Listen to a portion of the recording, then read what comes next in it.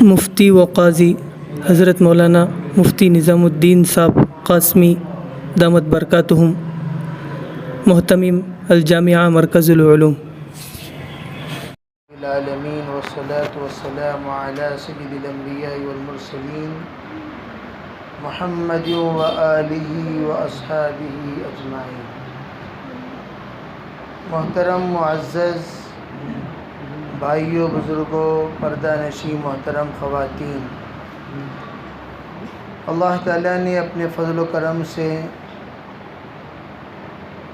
قرآن پاک سننے اور سنانے کا موقع عنایت فرمایا، اور رمضان المبارک میں ہر چیز کی قیمت بڑھ جاتی ہے، بھاؤ بڑھ جاتا ہے۔ قرآن پڑھنے اور پڑھانے میں جو ثواب ہے، ان تمام ثوابوں میں سب سے زیادہ ثواب نماز میں سننا اور سنانا، اس سے بڑھ کر کوئی ثواب نہیں ہے۔ نماز میں قرآن پڑھنے کی جو فضیلت ہے، اس سے بڑھ کر کسی اور جگہ پر قرآن پڑھنے کی فضیلت نہیں ہے۔ اللہ تعالیٰ نے جب ہمیں یہ موقع عنایت فرمایا، سال میں ایک مرتبہ ہم قرآن سنتے ہیں، تو کیوں نہ ہو کہ ہم تھوڑی سی قربانی کیوں نہ دیں۔ اپنے آپ کو تھکانا یہ حضور کی سنت ہے۔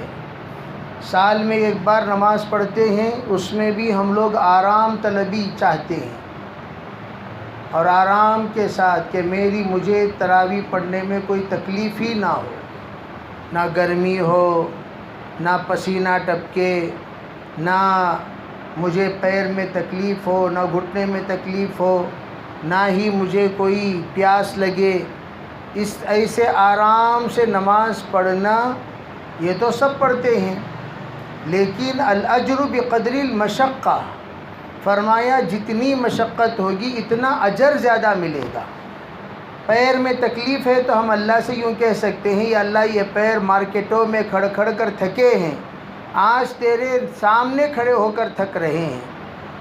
یہ پسینہ ہم نے ایک عرصہ مارکیٹوں میں بہایا ہے، آج تیری نماز میں، تیرے سامنے، تیرے عبادت میں ہم بہا رہے ہیں۔ پیاس ہمیں بہت سارے مرتبہ گرمیوں کے موسم میں لگی ہے، لیکن آج پیاس لگ رہی ہے تیری اطاعت میں۔ یا اللہ ہمارا بدن ہم نے تھکایا ہے مختلف میدانوں میں، لیکن آج تیرے مصلی پر کھڑے ہو کر تھکا رہے ہیں، اور اللہ سے یہ کہہ سکتے ہیں، یا اللہ تیرے حبیب پر تو نے رحم کرتے ہوئے کہا تھا، یا ایھا المزمل قم اللیل الا قلیلا، اے مزمل آپ رات کو تھوڑی دیر کے لیے عبادت کریں، بس کافی ہے۔ کتنی دیر؟ نصفہ او انقص منہ قلیلا، آدھی رات عبادت کر لیں یا اس سے کم کر لیں۔ سرکار پوری رات عبادت کیا کرتے تھے، پیروں میں ورم آ جاتا تھا۔ حضرت عائشہ صدیقہ رضی اللہ تعالی عنہ فرماتی ہیں، کبھی کبھار سرکار سجدے میں چلے جاتے اور اتنا لمبا سجدہ کرتا، مجھے ڈر ہونے لگتا کہیں اللہ کے رسول کی روح پرواز تو نہیں ہو گئی۔ محترم بھائیوں، محترم خواتین، یہ نمازیں ہم زندگی میں سنے ہیں، کبھی پڑھے نہیں، لیکن اس کی ایک جھلک، ادنا سا جھلک تراویح میں اللہ ہمیں پڑھنے اور پڑھانے کا موقع دے رہا ہے۔ اس میں بھی ہم لوگ اگر سستی کے ساتھ نماز پڑھیں گے، اور اپنے آرام طلبی کے ساتھ، آرام کے ساتھ، اور اپنے تمام تکلیفوں کو سہے بغیر اگر ہم نماز پڑھتے ہیں، تو اس سے ہمارے اجر میں کمی ہونے کا امکان ہے۔ اس لیے چھوٹی موٹی تکلیفیں ہم لوگ عبادت میں برداشت کریں، تاکہ ہمارے بدن کا کفارہ نکل جائے۔ بہرحال کل میں یہ عرض کر رہا تھا، مائیں جو ہوتی ہیں وہ سب سے بڑی معلمہ ہوتی ہیں، مربیہ ہوتی ہیں، مشفقہ ہوتی ہیں، رحیمہ ہوتی ہیں۔ اللہ نے ان کے ذریعے سے بچوں کی تربیت کرنے کا ایک نظام بنایا ہے۔ چنانچہ حضرت مریم علیہ السلام کی تربیت جو کوکھ میں حضرت عیسیٰ علیہ السلام نے حاصل کی ہے، جس کا نتیجہ پیدائشی نبی اللہ نے بنا دیا، پیدا ہوتے ہی نبی، انی عبد اللہ آتانی الکتاب وجعلنی نبیا۔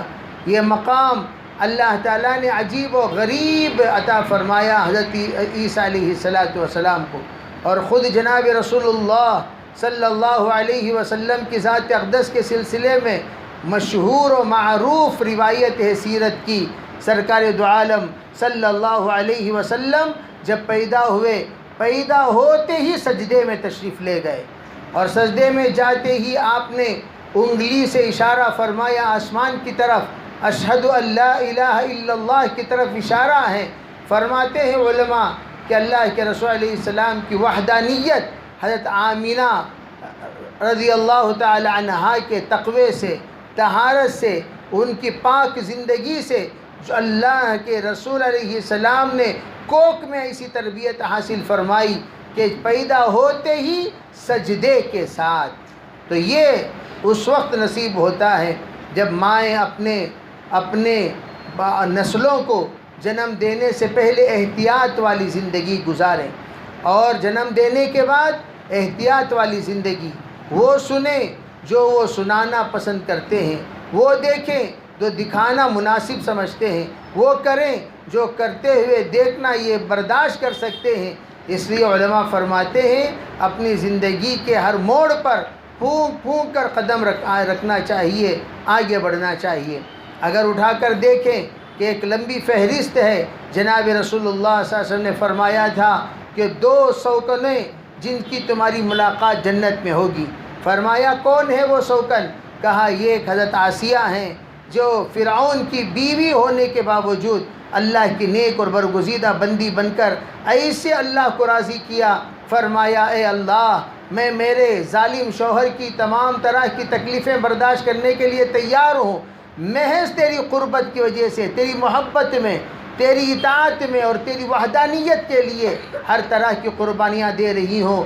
مجھے ایک خواہش ہے اور یہ ایک طلب ہے، یہ ایک التجا ہے، یہ ایک التماس ہے، وہ یہ رب ابن لی عندک بیتا فی الجنہ ونجنی من فرعون وعملی ونجنی من القوم الظالمین۔ فرمایا اے پروردگار، بس تو اپنے پاس جنت میں میرے لیے ایک مکان بنا دے۔ رب ابن لی عندک، علماء فرماتے ہیں جنت حضرت آسیہ نے بعد میں مانگی ہے، پہلے قربت مانگی ہے۔ کہا جنت میں مکان تو تمام نیک مومنین اور مومنات کو دے گا، تو مسلمین و مسلمات کو دے گا، خاشعین و خاشعات کو دے گا، صائمین و صائمات کو دے گا، مطیعین و مطیعات کو دے گا، لیکن اے میرے اللہ، مجھے جنت کا مکان صرف نہیں چاہیے بلکہ وہ مکان چاہیے جو تیرے قریب میں ہو۔ یعنی کیا مطلب؟ تیری قربت والی جنت کا مکان چاہیے، تو جنت میں بھیجے گا۔ اگر تیری قربت والی مکان نہیں ہے تو وہ مکان کیا مکان ہے؟ فرمایا مجھے وہ مکان چاہیے جس کے اندر تیری قربت ہو۔ چنانچہ اللہ نے ان کو وہ مکان دکھایا، دیکھتی رہیں، مسکرائیں۔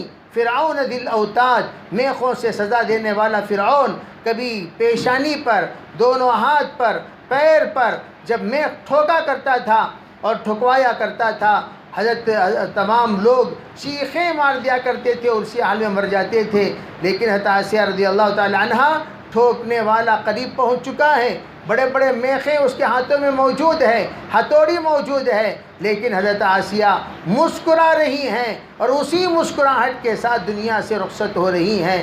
فرمایا حضرت مفسرین نے وہ مکان جس کا انہوں نے مطالبہ فرمایا اللہ نے بتایا اور اسی حال میں دنیا سے رخصت فرمایا۔ پھر کوئی حضرت آسیہ کوئی معمولی نہیں، حضرت موسیٰ علیہ السلام کی مربیہ ہیں، تربیت کرنے والی، پالنے والی۔ آپ اندازہ لگائیے ان کے اندر کتنے اچھے اوصاف ہوں گے جس کی وجہ سے اللہ نے حضرت موسیٰ علیہ السلام جو جلیل القدر انبیاء میں سے ہیں، اولو العزم من الرسل کہلائے جاتے ہیں، رسولوں کی تعداد 313 ہے، نبیوں کی تعداد 313 کم 24,000 ہیں، لیکن اللہ نے رسولوں میں جو اولو العزم 5 رسولوں کو بنایا، اس میں موسیٰ علیہ السلام سر فہرست ہیں۔ حضرت موسیٰ ہیں، حضرت ابراہیم ہیں، حضرت عیسیٰ ہیں، خود جناب رسول اللہ صلی اللہ علیہ وسلم کی ذات اقدس ہے، اور حضرت نوح علیہ السلام ہیں، یہ اولو العزم کہلائے جاتے ہیں۔ تو ان اولو العزم من الرسل کو ان میں سے حضرت موسیٰ علیہ السلام ان کی پرورش کس نے کی؟ حضرت آسیہ نے کی۔ کوئی کچھ تو ہے جس کی پردہ داری بے خودی بے سبب نہیں غالب۔ اس لیے ماؤں سے کہتا ہوں، عرض کر رہا ہوں، التماس کر رہا ہوں، گزارش کر رہا ہوں، خود سدھرنے کی ترتیب بنائیں، بال کھلے نہ پھریں، بال کھلے نہ پھریں۔ ہمیشہ اس بات کو یاد رکھیں کہ تمہارا پردہ تمہارے نسلوں کو پردے والا بنائے گا، تمہارا حیا نسلوں کو حیا والا بنائے گا، تمہارا تقوی نسلوں میں متقین کو پیدا کرے گا، تمہارے خشوع نسلوں میں خاشعین کو پیدا کرے گا، تمہارا ذکر نسلوں میں ذاکرین کو پیدا کرے گا، تمہاری عبادت نسلوں میں عابدین کو پیدا کرے گا، تمہاری ولایت نسلوں میں اولیاء کو پیدا کرے گا۔ تم جیسے رہو گے اللہ تمہارے نسلوں میں اسی طرح کے اوصاف منتقل کرتا چلا جائے گا۔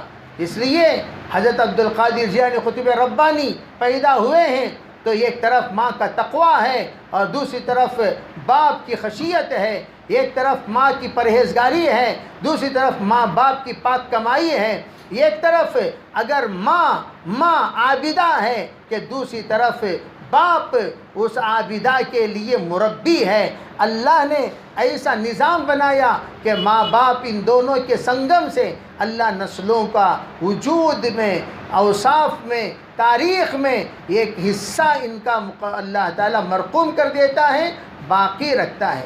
اولاد تو ہزاروں پیدا ہوتے ہیں، لیکن وہ اولاد جس کی رشک لوگ کریں، کاش کہ میرا بیٹا ہوتا، کاش کہ یہ میری اولاد ہوتی، کاش کہ یہ میرے نسلوں میں ہوتے، کاش کہ یہ میرے کوکھ میں جنم لیے ہوتے تو کتنا اچھا ہوتا، ویسے رشک کرنے والی اولاد انگلیوں سے گنے جا سکتے ہیں۔ اس لیے اولاد کا خالی مانگنا کمال نہیں، یا اللہ بچے دے دے بچے دے دے، اللہ سے یہ مانگو یا اللہ نیک صالح اور پورے عالم کے اندر ہدایت کی ہوا چلانے والا، دعوت کی ہوا چلانے والا، دین کی ہوا چلانے والا، ایسا جس کے ذریعے سے نسل ہاں نسل تک ہدایت اور دین اور تیری توحید اور رسالت کی محنت کرنے والا بن کر وہ بچہ پورے عالم کے لیے ہدایت بن کر ثابت ہو، ایسا بچہ مجھے نصیب فرما۔ یہ ہے اصل دعا۔ اللہ ہم میں سریے کو عمل کی توفیق عطا فرمائے۔ اس کے لیے تمام خواتین سے گزارش ہے، گھر میں نمازوں کا اہتمام، ذکر کا اہتمام، فکر کا اہتمام اور پاک کمائی کھانے کا اہتمام اور پاک کمائی کمانے کے اہتمام، سود سے بچنے اور بچانے کا اہتمام، ہر طرح سے گناہ سے بچتے ہوئے انشاءاللہ اگر ہم اللہ کو راضی کرنے کی نیت سے جیسے رمضان میں گزار رہے ہیں اس کے عشر عشیر بھی اگر ہم دیگر دنوں میں گزار لیں، اللہ ہم اور ہماری نسلوں کو قبول کرے گا۔ اللہ عمل کی توفیق عطا فرمائے۔ سب بندی کریں۔